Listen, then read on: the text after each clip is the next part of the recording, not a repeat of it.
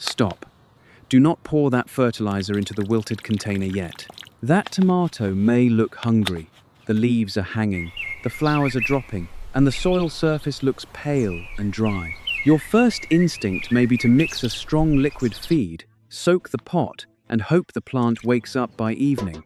But during an extreme heat wave, a wilted vegetable is not automatically asking for more nutrients. It may be asking for cooler roots, steadier moisture, less afternoon stress, and a little time. This video is not telling you to starve your garden all summer. Tomatoes, peppers, cucumbers, squash, melons, beans, potatoes, strawberries, Swiss chard, and basil all need nutrition during the growing season. The important question is not simply, does this plant need fertilizer? The better question is, can this plant use fertilizer safely and efficiently right now? When the root ball is extremely dry, overheated, or waterlogged, leaves may close down, flowers may drop, and growth may pause. A heavy feeding asks stressed roots to handle another change.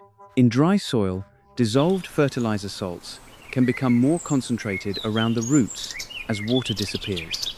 A strong dose of nitrogen can also encourage soft, new growth at the exact moment the plant is struggling to support the leaves and fruit it already has. So before you feed any plant in this garden, pause and look for the real problem. By the end of this video, you will know which 15 common vegetables and edible crops deserve extra caution during a heat wave. You will know what to check before adding fertilizer, what to do instead, and the signs that tell you a plant is stable enough to receive a light feeding again. The most important idea is simple.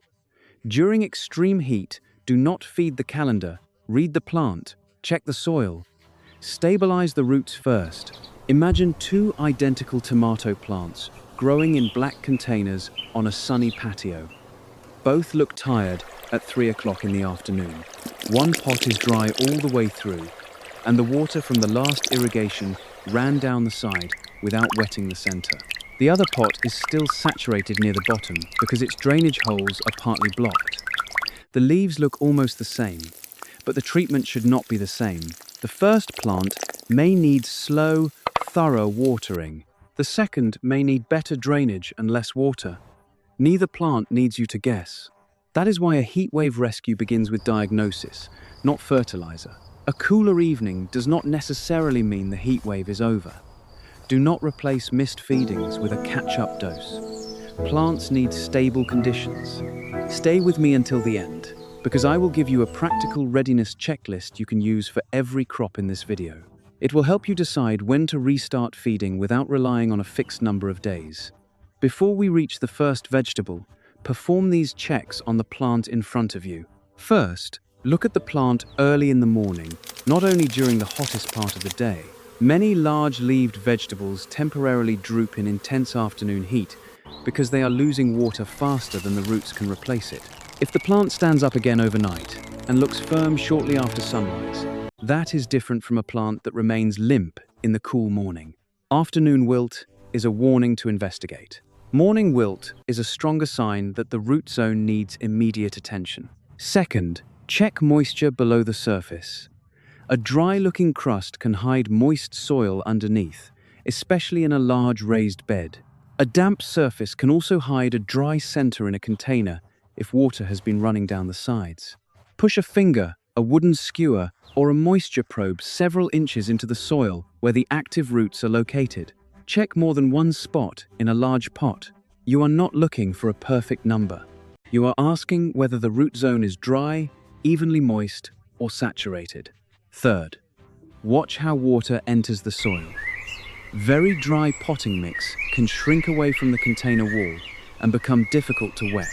If you pour quickly, water may rush through a narrow channel and leave most of the root ball dry. In that case, water slowly in several passes. Apply a small amount, wait for it to soak in, then repeat. Do not leave vegetable containers sitting in stagnant water for long periods. Fourth, check drainage. If the soil is wet and the plant is still wilted, do not assume it needs another drink. Smell the soil. Look for blocked holes, compacted mix, or a saucer that never empties. Roots need oxygen as well as water. During high heat, a hot, saturated pot can become a stressful environment very quickly. Adding fertilizer to poorly drained soil does not correct that problem. Fifth, look for signs that fertilizer is already present in excess. White crust on the soil surface, residue around the rim or drainage holes, burned leaf margins, and a history of frequent feeding are reasons to slow down. One sign alone does not prove fertilizer injury, but several signs together should make you cautious. If salts have accumulated in a container and the plant is otherwise stable, the long-term correction may involve flushing the potting mix with clean water and allowing it to drain freely. Do not perform a heavy flush on a plant sitting in waterlogged soil. Sixth, remember when the plant was last fed. Gardeners often fertilize by habit. They feed every 7 days, every 2 weeks, or whenever they water. But a schedule created for mild weather should not control your actions during an extreme heat event. If you applied a slow-release fertilizer earlier in the season, nutrients may already be available. If compost was mixed into the bed, the soil may not be empty. Do not add more, simply because the plant looks tired. Seventh, look at the weather ahead. A single cooler night can provide temporary relief, but the next 3 afternoons may still be dangerously hot. If the plant is barely recovering and another wave of extreme temperatures is approaching, focus on moisture, mulch, airflow, and temporary shade. Feeding can wait until conditions are more stable.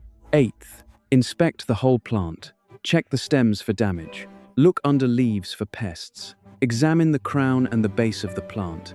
A squash that suddenly collapses may have a stem problem.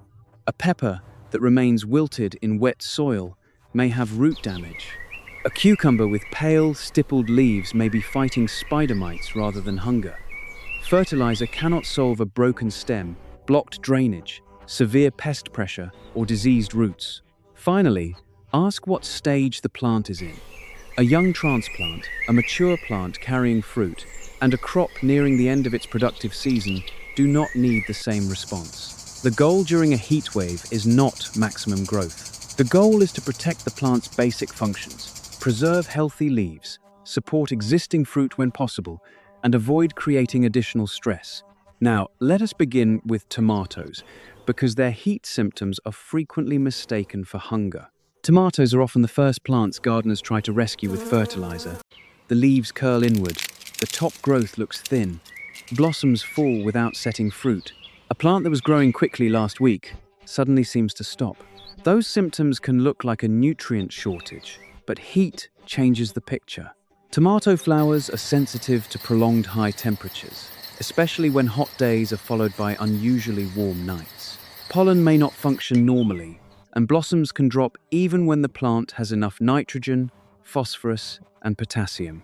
Adding a bloom booster will not cool the flowers or repair heat-damaged pollen. A stronger feeding may simply push more leafy growth while the weather is still preventing reliable fruit set. Start at the roots. Container tomatoes are especially vulnerable because a large plant may be supported by a surprisingly small volume of potting mix. Black plastic pots exposed to afternoon sun can heat rapidly, and a root ball packed with roots may dry unevenly. Check the center of the container, not only the top inch. If it is dry, water slowly until the entire root zone is moist and excess water drains freely. If it is already wet, improve drainage and wait. Use mulch to reduce rapid moisture loss, but leave a little open space around the stem. Straw, shredded leaves, or another clean organic mulch can help moderate soil temperature. On the hottest afternoons, temporary shade that blocks intense late-day sun can reduce stress without depriving the plant of all daylight. Support the shade cloth above the foliage so air can move around the plant. Do not remove every curled or sun-stressed leaf. Healthy leaves shade fruit and continue feeding the plant. Remove only leaves that are badly damaged, diseased, or touching the soil, and avoid a major pruning session during the hottest part of the heat wave. If the tomato is carrying fruit, prioritize steady moisture. Large swings from very dry to heavily saturated soil can contribute to fruit problems and place additional strain on the roots. Harvest ripe or nearly ripe fruit so the plant is not holding more than necessary. When should you feed again? Wait until the plant looks firm in the morning, The root ball is evenly moist but not saturated, and the forecast is beginning to moderate. Then use an appropriate fertilizer at the label rate, or begin with a lighter application if the plant has been severely stressed. Do not double the amount to replace a missed feeding. Peppers can look greener than tomatoes while hiding the same root zone problem. Peppers often stay compact and green, even when extreme heat has slowed their growth. That healthy color can be misleading. Flowers may fall, tiny fruit may stop enlarging, and the plant may appear to sit still for days. Gardeners sometimes respond with a high nitrogen feed because they want to restart growth, but the heat, not an empty soil, may be the main limitation. Pay close attention to the container. A pepper in a 5-gallon bucket or dark nursery pot can experience a much hotter root zone than a pepper planted in a mulched bed. If the pot sits on concrete, stone, or a reflective deck, heat can reach it from several directions. Move portable containers away from the hottest surface. Group pots so they shade one another without blocking airflow. Or place a light-colored barrier around the sun-facing side of the pot. Check moisture in the morning, and again before the hottest part of the day. Peppers prefer consistent moisture, but they do not want a permanently saturated root ball. If the plant wilts every afternoon, yet the soil remains wet, inspect drainage before adding more water or fertilizer. Avoid forcing tender new growth with a strong feeding while the plant is struggling to maintain existing leaves and fruit. New leaves require water. A flush of soft growth can also be more vulnerable to sun-scald and pests. Give the plant time to stabilize. Existing peppers may benefit from some leaf cover. Do not strip the canopy in an attempt to improve airflow unless leaves are clearly diseased. Exposed fruit can develop sun-scald during intense heat. Harvest mature fruit regularly, so the plant can direct resources toward younger fruit without carrying an unnecessary load. Restart feeding when morning growth looks firm. Flowers are no longer dropping rapidly, and moisture remains predictable from one day to the next. A modest, balanced feeding is usually more sensible than a large recovery dose. Eggplant reacts with larger leaves, which can make its afternoon collapse look even more alarming. Eggplant loves warm weather, but warm weather tolerance does not make it immune to extreme heat. Its broad leaves expose a large surface area to the sun. On a severe afternoon, an eggplant can look as if every leaf has lost its strength at once. Before you fertilize, observe the plant the next morning. If the leaves regain their normal position overnight, the dramatic afternoon wilt may be a temporary response to high water demand. That does not mean you should ignore it. It means you should correct moisture and root temperature before assuming the plant is hungry. In containers, push your moisture check deep into the mix. Large eggplants can fill a pot with roots. Water may pass around the outer edge while the center remains dry. Rehydrate slowly, then add mulch to reduce evaporation. Temporary afternoon shade can be especially useful for container eggplants on patios where heat reflects from walls and pavement. Do not apply a concentrated liquid fertilizer to dry soil. If feeding eventually becomes appropriate, water the plant first and allow the root zone to become evenly moist. Also, avoid excessive nitrogen. A towering eggplant with lush leaves but few flowers is not necessarily a success. Look at the fruit and new growing tips. If fruits remain firm, new leaves are not scorching, and the plant is upright in the morning, it may be maintaining itself reasonably well. Continue protecting the root zone until the weather eases. The next group can produce enormous leaves and vines, yet still fail to hold fruit when heat and fertilizer are out of balance. Cucumbers grow quickly, produce a large canopy, and often seem to demand constant feeding. That makes them easy to overreact to during a heat wave. Leaves may droop by noon, flowers may fall, and young cucumbers may grow slowly or become misshapen. None of those signs proves that more fertilizer is the immediate answer. Cucumber roots occupy the upper soil layers, where heat and drying can develop quickly in a raised bed, feel beneath the mulch. In a container, check several points because vines can hide a pot that has become extremely dry. Water at the base, slowly and deeply, rather than giving the plant repeated shallow splashes. If water races through a dry container, pause and apply it in stages. The goal is not simply to see water leave the drainage holes. The goal is to rehydrate the root ball. Once the soil is evenly moist, maintain consistency. Cucumbers dislike extreme swings between drought and saturation. Do not use a strong nitrogen feed to solve every fruit problem. A cucumber may have many male flowers before female flowers become abundant. Pollination may be limited during very hot weather.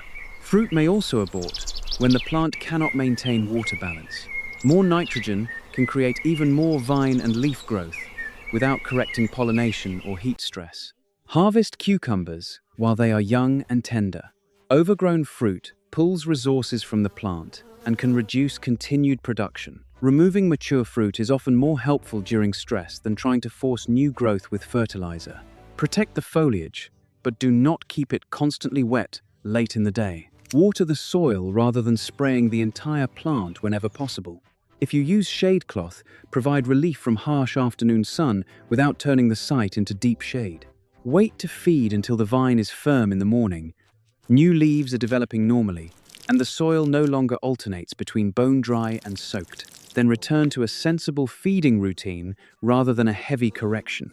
Zucchini may look even more dramatic, because one plant can lose the firmness of several enormous leaves at once. Zucchini leaves can collapse so dramatically in afternoon heat that the whole plant appears to be dying. By evening, the same leaves may rise again. That pattern tells you to investigate water and heat before reaching for fertilizer. Check the soil near the root crown, but do not disturb the shallow roots. If it is dry, water deeply at the base. If it is still wet, wait and inspect the stem. A plant that remains wilted in cool morning conditions may have a damaged crown, a vine borer problem, root disease, or another issue that fertilizer cannot repair.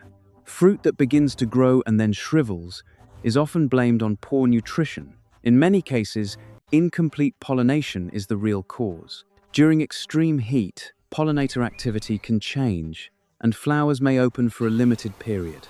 Before adding fertilizer, look at whether female flowers are being pollinated and whether the plant is producing both flower types. Large zucchini leaves shade developing fruit and the root area. Do not remove many healthy leaves simply because they look untidy. Remove leaves that are badly diseased or broken using clean tools, but preserve enough canopy to protect the plant.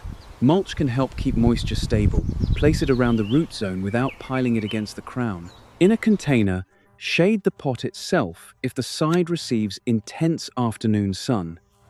The root zone needs relief even when the leaves can tolerate bright light.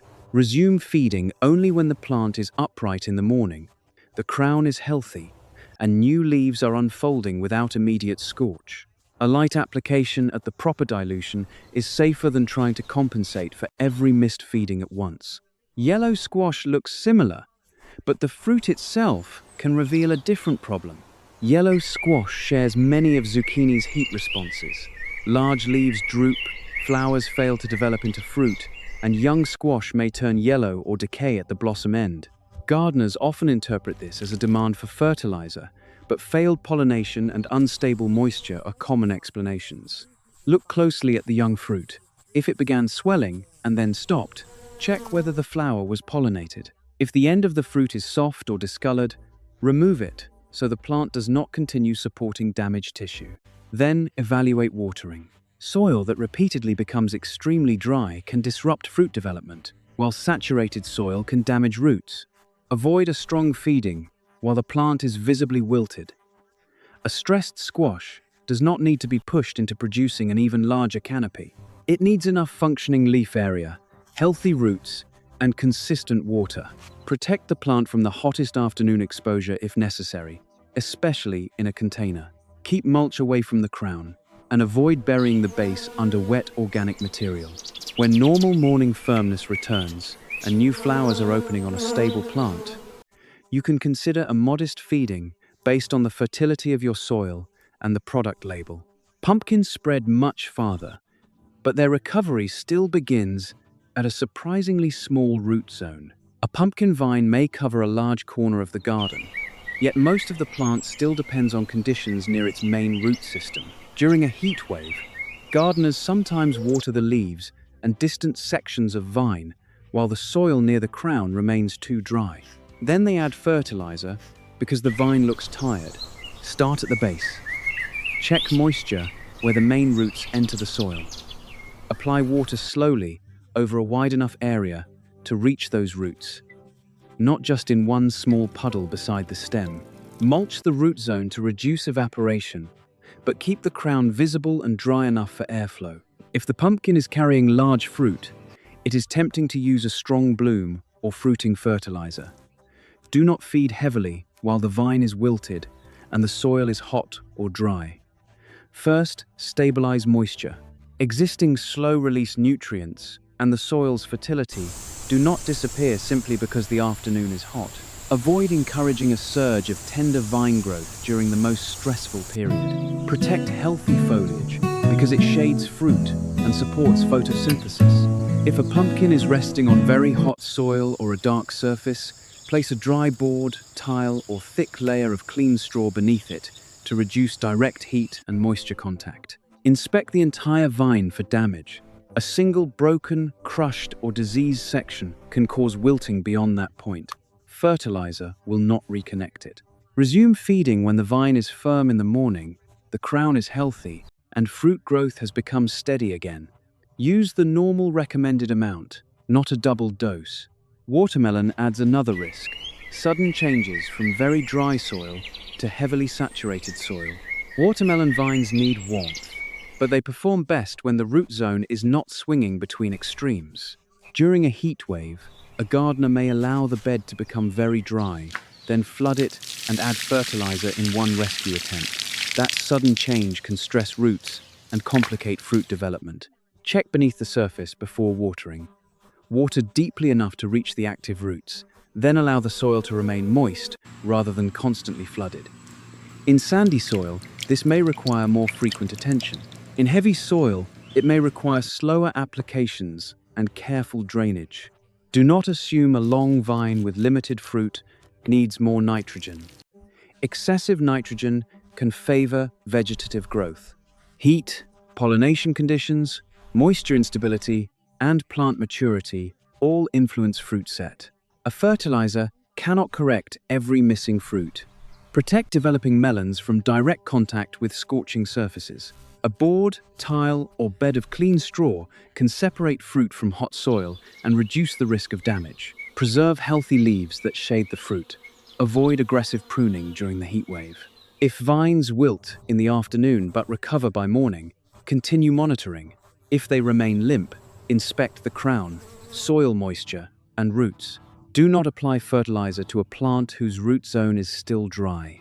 When the vine is stable, new growth is not scorching, and the weather is moderating, return to a measured feeding plan if the soil requires it.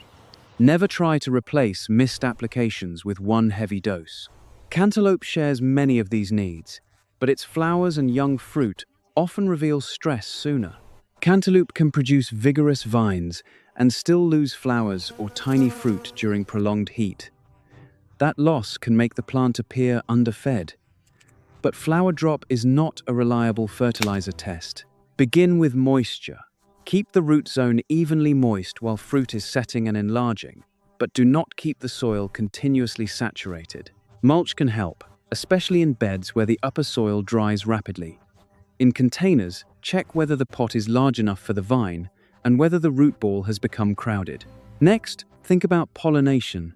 Female flowers need successful pollination to develop. If pollinator activity is low during a hot period, the plant may not set fruit even when nutrition is adequate.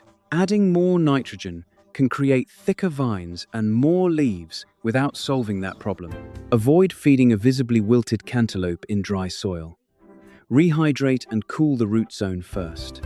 Protect fruit from hot ground, and harvest ripe melons promptly so the plant is not carrying unnecessary load. A plant ready to be fed again should look firm in the morning, maintain new leaves without burning, and show steady development in the fruit it has already set. Now pause, because fertilizer is not the only treatment gardeners overuse during a heat wave.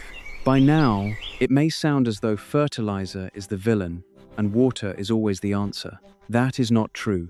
A plant can wilt in soil that is already too wet.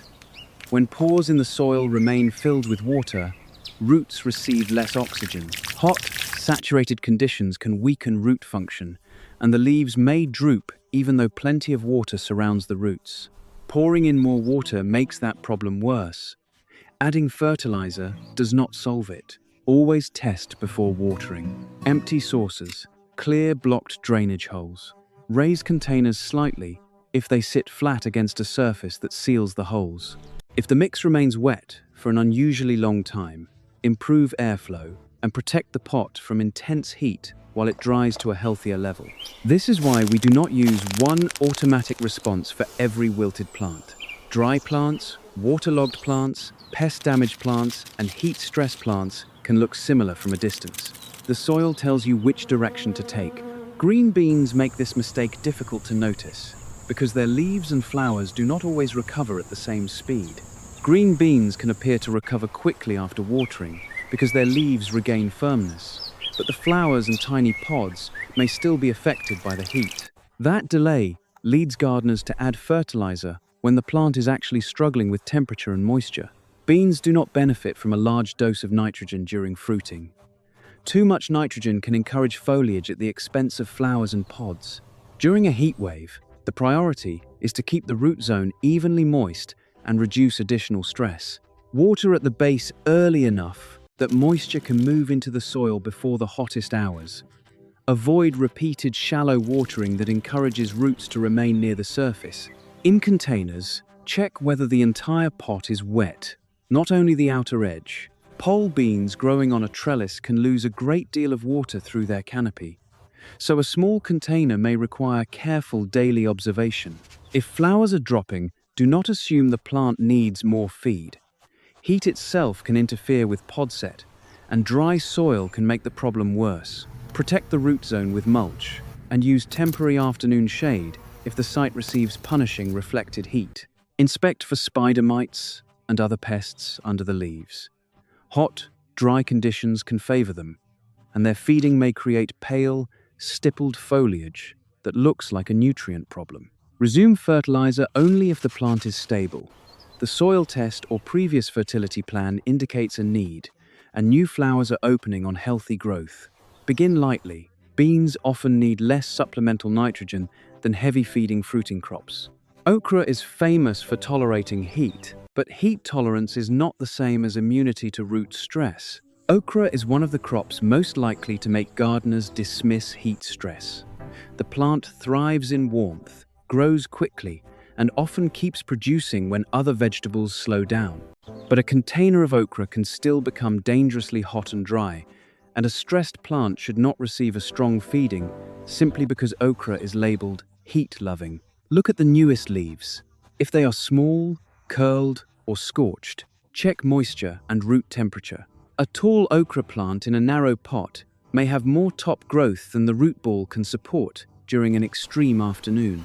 Water deeply, shade the container, and make sure the pot cannot blow over or expose roots.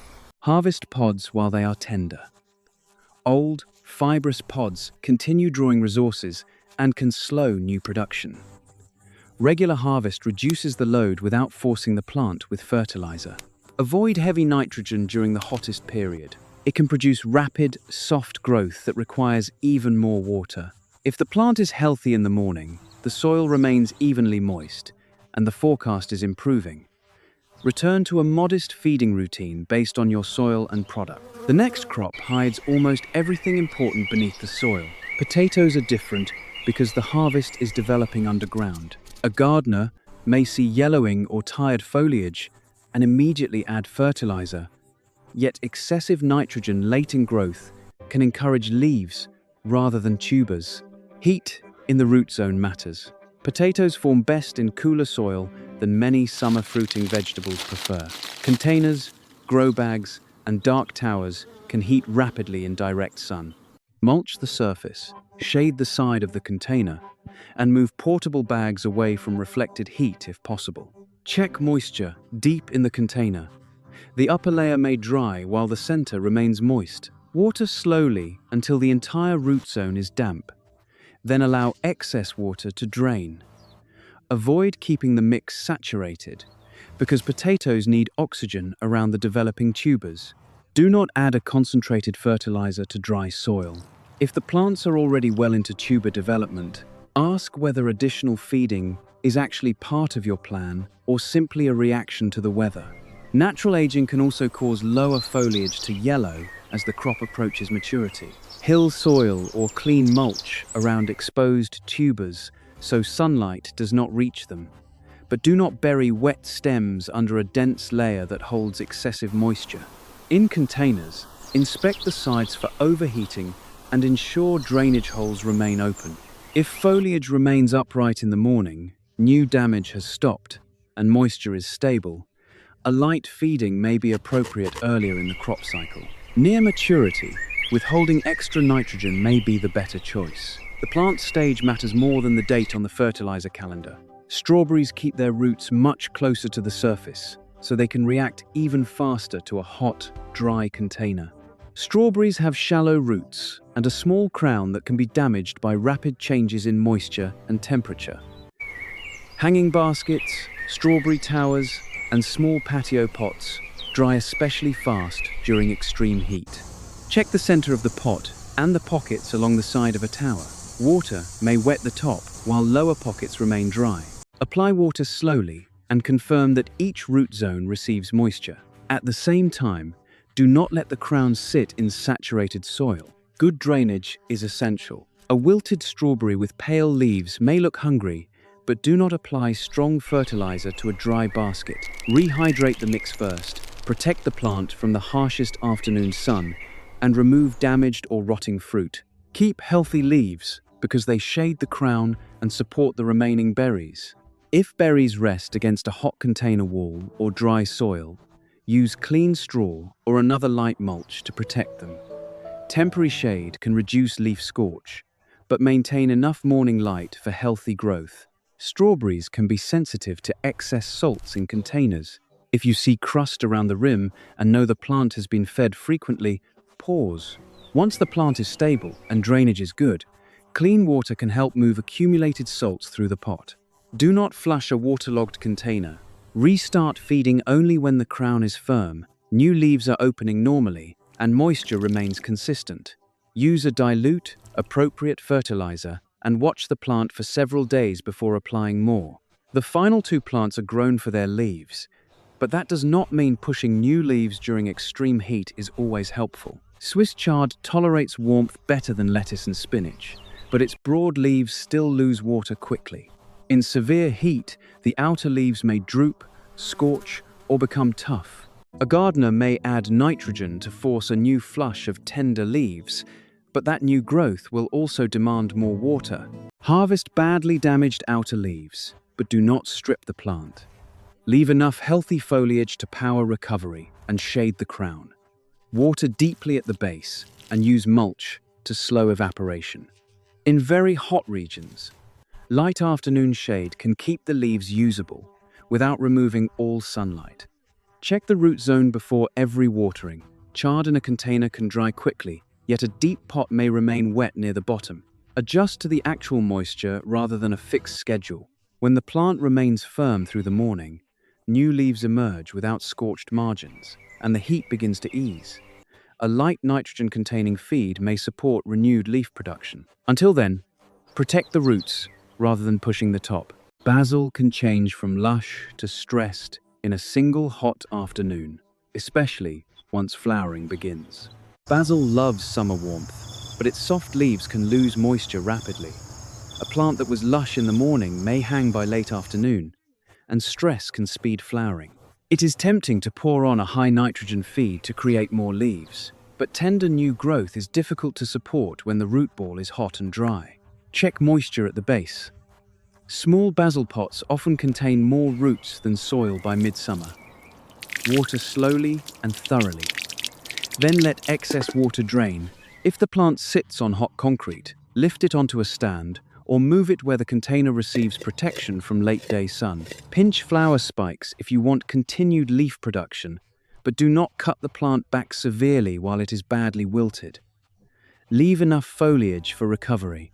Harvest lightly, removing damaged leaves and a few healthy tips rather than taking a large portion of the plant at once. Avoid splashing the leaves repeatedly in hot, humid conditions. Water the soil and maintain airflow. Inspect the undersides of leaves for pests before assuming pale growth needs fertilizer. When basil looks firm in the morning, new leaves are expanding normally, and the roots are no longer cycling between dry and saturated. Return to a gentle feeding routine. Dilute liquid fertilizer may be appropriate for container basil, but only at the label rate and never as a concentrated rescue. Now we can turn all 15 examples into one rescue sequence you can use across the entire garden. Begin with the morning check. Walk through the garden soon after sunrise, before the day becomes hot. Make note of which plants have recovered overnight and which remain limp. A plant that is upright in the morning but droops in the afternoon may need protection and more consistent moisture. A plant that never recovers needs deeper investigation. Next, test the root zone. Do not rely on the color of the soil surface. Check several inches down and check more than one location in large containers. Separate plants into 3 groups: 2 dry, evenly moist, and 2 wet. For the dry group, water slowly. Apply enough to wet the entire active root zone, but do not create runoff so fast that the water escapes before soaking in. In containers, use several passes. Wait a minute between each pass. If the mix has pulled away from the side, begin with a small amount so it can absorb moisture gradually. For the wet group, stop watering. Empty saucers, clear drainage holes, and move containers away from constant irrigation. Provide airflow and protect the pot from the hottest sun while the excess moisture drains. Do not add fertilizer to a root ball that is already saturated. For plants in the ground, water the root zone rather than lightly spraying the entire garden. The correct interval depends on soil, plant size, mulch, rainfall, and temperature. Check rather than guess. After moisture is corrected, reduce heat around the roots. Add a clean organic mulch over bare soil. Keep it a few inches away from stems and crowns so the base of the plant can breathe. Mulch reduces evaporation and buffers rapid changes in soil temperature. It does not replace watering, but it helps the water you apply last longer. Shade can be useful, especially for containers and recently transplanted plants. Use shade cloth, a patio umbrella, or another temporary structure to block the harshest afternoon sun. Do not wrap the plant in plastic or place fabric directly on the leaves. Leave space for airflow. Morning sun is generally valuable, so target the late day exposure rather than creating deep shade from sunrise to sunset. Protect the container itself. Dark pots absorb heat.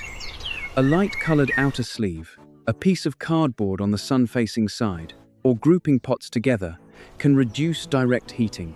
Do not seal drainage holes or trap the pot inside a waterproof cover filled with water. Reduce the plant's workload carefully. Harvest ripe tomatoes, peppers, cucumbers, squash, beans, okra, melons, strawberries, and basil leaves at the proper stage. Remove overgrown or damaged fruit. This does not mean stripping every plant. Healthy fruit and leaves are valuable. The goal is to remove what is mature, diseased, or no longer useful. Avoid major pruning during the hottest days. Leaves are the plant's solar panels and often shade fruit and soil. Aggressive pruning exposes stems and fruit to sun-scald and removes stored energy the plant needs for recovery. Pause fast-acting fertilizer on visibly stressed plants. This includes strong liquid feeds, concentrated fish emulsion, heavy applications of soluble fertilizer, and large handfuls of granular products. Follow the label when feeding resumes. More is not better. Do not dig out slow-release fertilizer already mixed into the pot. Keep the root zone properly moist and avoid adding extra products. Seek crop-specific guidance if you suspect serious over-fertilization. Be cautious with foliar feeding. Leaves under intense sun can be damaged by sprays, and stressed leaves may not use the application effectively. If a product is labeled for foliar use, follow its directions regarding dilution, timing, and temperature. Never improvise a stronger mixture. Watch for pests. Spider mites, whiteflies, aphids, and other insects can multiply quickly in hot weather. A plant weakened by pests may be mistaken for a hungry plant. Inspect the undersides of leaves, stems, and growing tips. Treat the actual pest problem rather than covering the symptoms with fertilizer. Keep records. Write down when you watered, when you last fertilized, and how the plant looked the next morning. A short note prevents you from repeating a treatment simply because you forgot what happened yesterday. Then wait. Recovery is not always dramatic. The first improvement may be that the plant stops getting worse. Leaves may hold their shape longer in the morning. Flowers may stop dropping as rapidly. New scorch may stop spreading. Existing fruit may continue to enlarge. Those quiet changes matter. Do not restart fertilizer after one cooler evening. Give the roots time to respond, and use the readiness checks that follow. The first sign is morning recovery. Look at the plant before the day heats up. Leaves should be firmer, stems should hold their position, and the plant should no longer remain collapsed after a full night. One good morning is encouraging. Several stable mornings are stronger evidence. The second sign is predictable moisture. The root zone should stay evenly moist for a reasonable period after watering. Water should enter the soil instead of racing down the side of the pot. The mix should also drain rather than remaining swampy. Until moisture is predictable, fertilizer can wait. The third sign is a moderating forecast. You do not need perfect weather, but you want the most extreme conditions to be easing. If another sequence of very hot days and nights is beginning tomorrow, continue protecting the plant. A feeding applied just before renewed stress may not deliver the benefit you expect. The fourth sign is that damage has stopped advancing. Leaf margins are not burning farther inward. New leaves are not emerging distorted. The plant is not dropping large numbers of leaves, flowers, or young fruit each day. Stable damage is different from active decline. The fifth sign is normal new growth. On tomatoes and peppers, look for a firm growing tip. On cucumbers, squash, pumpkins, and melons, look for leaves that open normally and vines that remain firm. On beans and okra, look for healthy flowers and pods. On strawberries, inspect the crown and new leaves. On Swiss chard and basil, look for leaves that expand without immediate scorch. The sixth sign is that the plant stage still justifies feeding. A young, actively growing container tomato may need nutrients once it recovers. A potato crop, nearing natural maturity, may not benefit from more nitrogen. A bean in fertile soil may need little supplemental feeding. The correct decision depends on the crop, the soil, and what has already been applied. The seventh sign is the absence of obvious salt stress. If white crust is heavy, leaf edges are burned, and you have been feeding frequently, do not add another application. Once drainage is good and the plant is stable, you may need to leach the container with clean water according to crop-specific guidance. If roots are damaged or the plant is waterlogged, seek advice before flushing. When these signs are present, restart gently. Do not pour a double dose to replace the feedings you skipped. Use the product at the recommended dilution. For a severely stressed container plant, a lighter first application can be a cautious approach, provided the label permits it. Apply fertilizer to moist soil, not a bone-dry root ball. Water first if necessary. Allow the root zone to become evenly moist, then feed at the appropriate time. Avoid the hottest part of the day. Early morning is often easier on plants and gardeners. Observe the plant after feeding. Check it that evening and the next morning. If the leaves remain firm and new growth continues normally, you have useful evidence that the plant tolerated the application. If wilting worsens, stop and reassess moisture, drainage, pests, and the concentration you used. Remember that container plants and in-ground plants behave differently. Containers lose nutrients through frequent watering, so they may need regular feeding once stable. In-ground beds with compost and fertile soil may require less. Do not transfer one schedule to every garden. Organic does not mean unlimited. Fish-based products, manures, compost teas, and dry amendments still require appropriate rates. The final sign is not written on the fertilizer package. It is the way the plant responds the following morning. A stable plant tells you more than the date on the calendar. Return to the wilted tomato from the beginning. The fertilizer bottle is still beside the pot, but it has not been poured. The soil is checked first. The center of the root ball is dry, so water is applied slowly in several passes. The pot is moved away from the hottest wall. Mulch is added without touching the stem, and a piece of shade cloth blocks the late afternoon sun. The next morning, the leaves are not perfect, but they are firmer. The plant has stopped declining. The existing fruit is still attached, and the roots now have a more stable environment. That is progress. The same principle applies to peppers, eggplant, cucumbers, zucchini, yellow squash, pumpkins, watermelon, cantaloupe, green beans, okra, potatoes, strawberries, Swiss chard, and basil. Heat stress can look like hunger. Do not let appearance alone control the fertilizer scoop. Check the morning plant. Check the moisture below the surface. Check drainage. Check what has already been applied. Protect the root zone. Then wait for stability. During a heat wave, do not feed the calendar. Read the plant, check the soil, and stabilize the roots first. Tell me in the comments which crop is struggling most in your garden, and whether it is growing in a container, raised bed, or directly in the ground. Your answer may help another gardener recognize the same problem before adding the wrong treatment.